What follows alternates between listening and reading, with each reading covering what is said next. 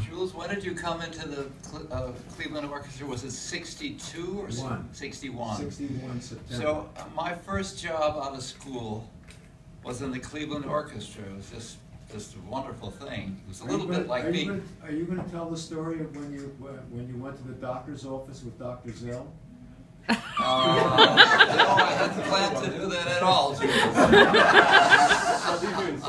I'll leave it to you to tell us. But I was the youngest member of the orchestra.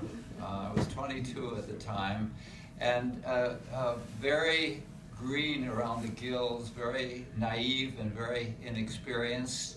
And a couple of years later, we got a new principal cellist, Jules. And I mean, it was just his sound and his way of making music was, of course, a revelation to me. And we became very good friends very quickly.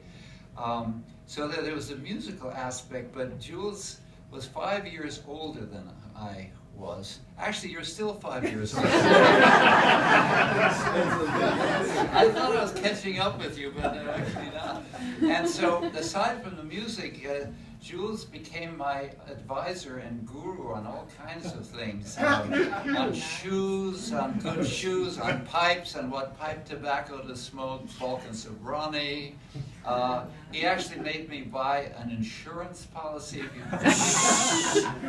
and of course on cars, you know, and I didn't take your advice, Jules, otherwise I'd be a relatively rich man now. The Mustang came out in 1964. He said, "This is a perfect car for you."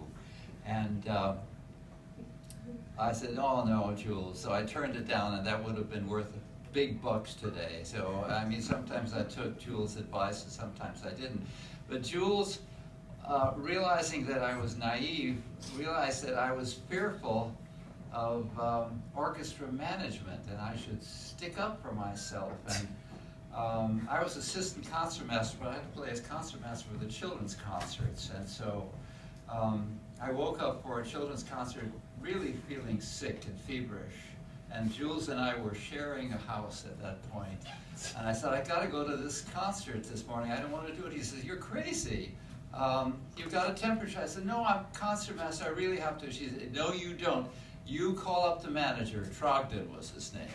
He said, "Call him up and tell him you're sick and you're not coming." I said, "Jules, I have to." He says, "I insist that you call him, and I'm getting on the other phone to make sure you do what you should do. You should take care of yourself."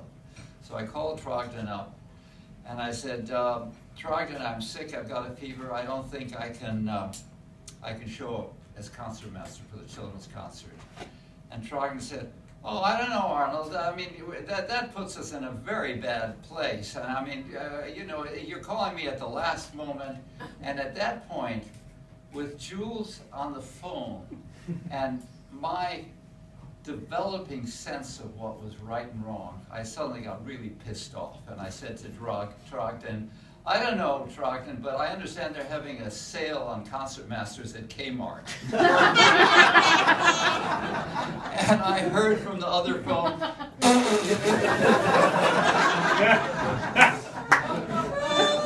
so Jules and I have this wonderful long friendship, but I don't have to tell you about Jules' music making.